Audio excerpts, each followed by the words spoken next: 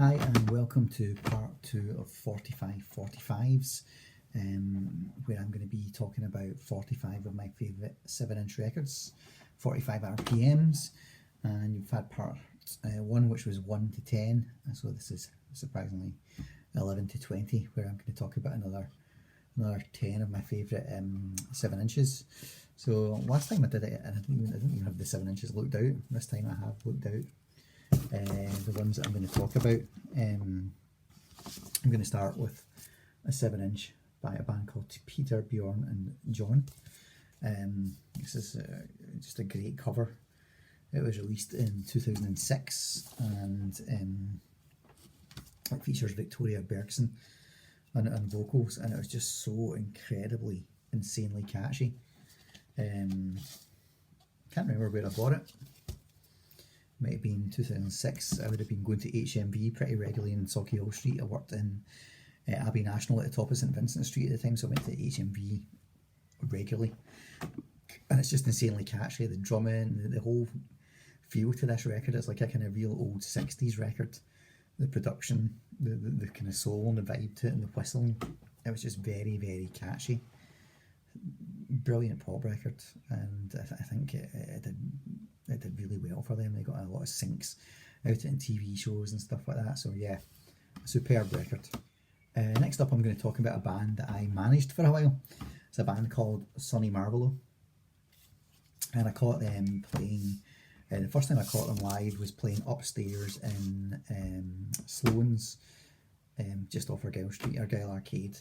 Great old pub, really cool pub. It's got a kind of down a lane beer garden bit and things, but when you get inside it's huge. There's different rooms, different floors, and they were playing there at the after show of Glasgow versus Cancer, a charity show, and I was really drunk. Went in there with my friend Wiggs, and I've never ever been blown away like the way I was blown away by Sonny Marvello that night. I was really drunk. I kept asking the bass player, "What's the name of your band?" And I was right in the front, couldn't really hear. I was really drunk. Woke up the next day, couldn't remember. I just remembered seeing this band. The singer had a red bowler hat on. They were wearing kind of vintage clothes, playing stuff that sounded like Bowie, Blur, Queen. Really catchy. Finally tracked them down on MySpace and asked the singer to meet him for a beer. Stephen, singer-songwriter Stephen Farrell, who's now recording under Stephen Solo, and asked him if I could manage his band. And I said, "What do you want to do?" And he said, "We want to bring out a record." So I said, "How many tickets do you think you could sell to a show?" And he said 300, which I thought was pretty ambitious. So I booked Stereo in Glasgow, in a great venue, basement venue in Renfield Lane, and put a show on, and they sold it out. So much so that I said, "Let's do it again in 2 or 3 months' time." Booked Stereo, sold it out. We had a pot of money, and we went into Savannah Studio in the West End of Glasgow, quite an expensive studio. For 2 days at the time was something like 800 quid, and that was a discount. Great studio though, and they really liked the guy there, Brian O'Neill. So yeah, we recorded 2 songs. Easy Boys was a song I thought was very like Blur, just really, really super catchy, and We're All Cruel, still just an incredible song. We got it's a gatefold. We got my friend Dave to take pictures in the basement of Oxfam Music in Byers Road, and a shop called Betsy LaBelle, which is no longer there. And we were really fortunate that a guy who liked the band said he would press this 7-inch single. There's probably still boxes of them in people's flats. God, it's been so long since. In fact, this one might never have been played, because I've got a few of them up in the loft. But it's beautiful, heavyweight red vinyl, really, really cool. And I've just got so many good memories of discovering this band and then helping them raise money to get into a studio and put a record out and record videos and have photo shoots and just have a real fun time being in a band. And they're still one of the best bands I've seen in Glasgow, a band that I think should have done something. Stephen Farrell, who goes under the name Stephen Solo, has brought out 3 albums. Check them out, absolutely fantastic. Next up is one of my all-time favourite 7 inches. It's a Farley mix of Primal Screams Come Together, one of my favourite songs. So this is a song that I'd heard from Screamadelica. Don't know what year I bought this. Second hand, the missing sticker is still on it. And so I just bought it because I thought it was come together. I just wanted to have it in 7-inch. And then I took it home and played it, and it was a completely different version from Screamadelica. You've got to remember, these are the days. This is back in the day where you couldn't just check something online.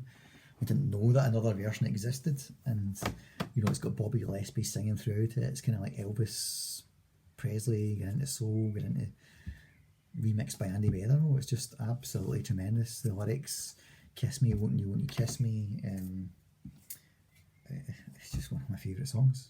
I think I've blogged about it quite a lot. There's not much more I can say about it. I just think that period of Primal Scream, with the help of Andy Weatherall, they were really pushing boundaries and just seeing how far they could go. I think Andrew Innes from the band is very, very underrated and often overlooked for Andy Weatherall at that time. I mean, it was Andrew Innes that was demoing a lot of stuff up to take to Weatherall, and yeah, very special band. Next up, we've got a single that I just bought in a soul section in a record shop. I think it was called Unknown Pleasures in St Andrews. When I used to go up there, I still love the East Nuke of Fife, and I just used to go into this record shop and go into the soul section, just buy things on a whim. And I bought this flimsy looking paper sleeve, and it's a song called Nothing But a Heartache by the Flirtations. And the B-side is also equally good. How Can You Tell Me? How can you tell me? Nothing But a Heartache is so powerful. I remember just getting home and putting the needle on the record and playing this song and just being absolutely blown away by the power of it, flipping it over, and the B-side was just equally good. No idea how much I would have paid for this, maybe £3 or £4 at the time. And I don't do it enough these days. I don't take a chance on a record just because I've got money in my pocket or like the look of a sleeve. It's usually, if I go into a record shop, I know what I'm getting into buying. I'll maybe pick up a compilation or something, but yeah, I love, I guess with 2 kids these days, just don't have the time to go raking about record shops, unfortunately. Certainly don't have the disposable income I maybe once did as well. But yeah, that record by the Flirtations is just, if you've not heard Nothing But a Heartache, please check it out.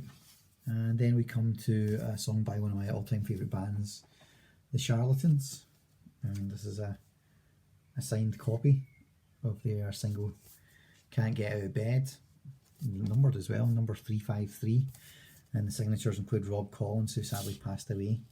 And yeah, Can't Get Out of Bed for me is just really pure pop by the Charlatans, maybe 3 minutes long. I think it just flows absolutely superbly.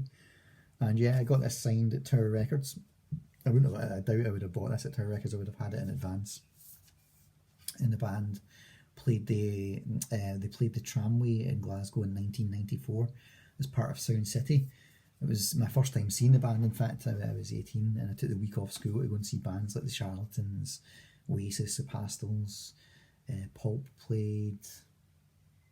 Can't remember who else played. Lots of great bands. And yeah, the next day in Tower Records they were doing a signing session. I queued up in the rain. Tim Burgess was still wearing the same clothes that he'd on the night before. He'd clearly been up all night and he was just grooving away to the sound of his album playing in the background, and I got my record signed. Great. And yeah, this record here, next 7-inch, is a numbered number 773, I think, of 1000, plain white sleeve, and it is, you might guess by the colour, it's a Bluetones Slight Return 7-inch 45. I don't remember the last time I played this, backed with the Fountainhead. I went to see the Bluetones at King Tut's very early on, actually on a double bill with Supergrass, and I really loved the Bluetones debut album. It didn't quite fall for the stuff that followed it. I still like a lot of it. Probably haven't heard their 4th or 5th album, and they're still playing, but a lot of the times they do come back to play that debut album. And certainly in Kirlook, there was crowds of us that would go and see them at the garage and stuff like that. I particularly remember just seeing loads of people from Kirlook at the garage, and us taking about 2 cars through to see them. Mark Morris was a really cool front man, lovely guy. I've met him a number of times. and yeah, their debut album was just very lovingly and warmly crafted. I think they've been playing in their garage for a couple of years and just producing these songs, clearly influenced by the Stone Roses. Not a bad thing in my book, and very melodic, chiming guitars at times. Really kind of really love-struck lyrics, whether someone said a broken heart or fallen in love, and yeah, really like that Bluetones record, and it's nice looking through my 7-inches to come across things like this. Some grubby fingerprints on the cover. I will need to play this. Next up, we've got a Teenage Fanclub single, signed copy, of Free Again, a cover of an Alex Chilton song, and the band absolutely rip through it. The band at this time was Brendan O'Hare on drums, but he wasn't at the signing session. It's signed by Norman, Gerard and Raymond. I think Paul Quinn was the drummer by the time I was getting this signed, and he decided not to sign it. But Free Again, this is one of my 7-inches, and I remember the band were quite intrigued that I had this, and it was just one day. I used to go into Glasgow most Saturdays. I'd just get the train in from Carluke and wander around record shops and things, and I remember just finding this. It would have been either HMV or Virgin in Argyle Street, just flicking through the T section and finding this. And I don't know how many copies were printed. It's not numbered or anything, but the band were very impressed that I had it. I think it's quite rare. I need to check on Discogs. Not that I'm going to be selling it. I've got a load of Teenage Fanclub vinyl in my collection, but this is definitely one of my favourites. Like the Sonny Marvello record that I talked about, the next 7-inch is quite personal to me. It's by a guy called Mark W. Georgsson, and I've known Mark for a while. He used to be in a wee pop punk band called Velveteen Saints that I really liked, and I kind of stayed in touch with him after they split up, and he got in touch with me to say that he'd recorded an album with Rod Jones from Idlewild producing it. So I was pretty intrigued, and he sent me the album, and it was beautiful, really kind of acoustic, mellow, bit of a jaunty feel to some songs, just very beautifully put together, very beautifully written. The playing on it is superb. Mark's got some very talented friends who are musicians, and then Rod Jones did a great job producing it. And it was around the time that I was involved in the co-founding of Last Night from Glasgow Records, and when we were putting the label together, it just so happened that I could say, well, I know someone who's got an incredible album produced by Rod Jones from Idlewild, and so we thought, right, well, let's put a single out first before we go to the album, because Mark was unknown. His real name is Mark Thompson, but he goes under the name Mark W. Georgsson when he plays, and we decided to put this out as the first 7-inch. Artwork or photography by Brian Sweeney. This is a football pitch in Scotland and a football pitch in Iceland on the back, and it's a duet with Mark's friend Katie, and the B-side is the same song, but it's sung in Icelandic by Mark's friends. I've got no idea how to pronounce this. Arnarni and Sigurdur. I don't know how I've done. I don't know if I've got that right, but I love the B-side in particular. I love Mark's version, but the B-side in Icelandic is absolutely gorgeous, and I just thought, what an incredible first 7-inch record for the label to put out. You know, like, we've got this incredible song, and it's also sung in Icelandic. We've got artwork by Brian Sweeney. It's produced by Rod Jones, and I remember getting the test pressing through, and I stayed up and had a few beers, and I must have played it 20 times in a row. Beautiful, beautiful 7-inch, beautiful album. Try and check it out. And that's all for part 2 of 45 45's. Part 3 coming soon.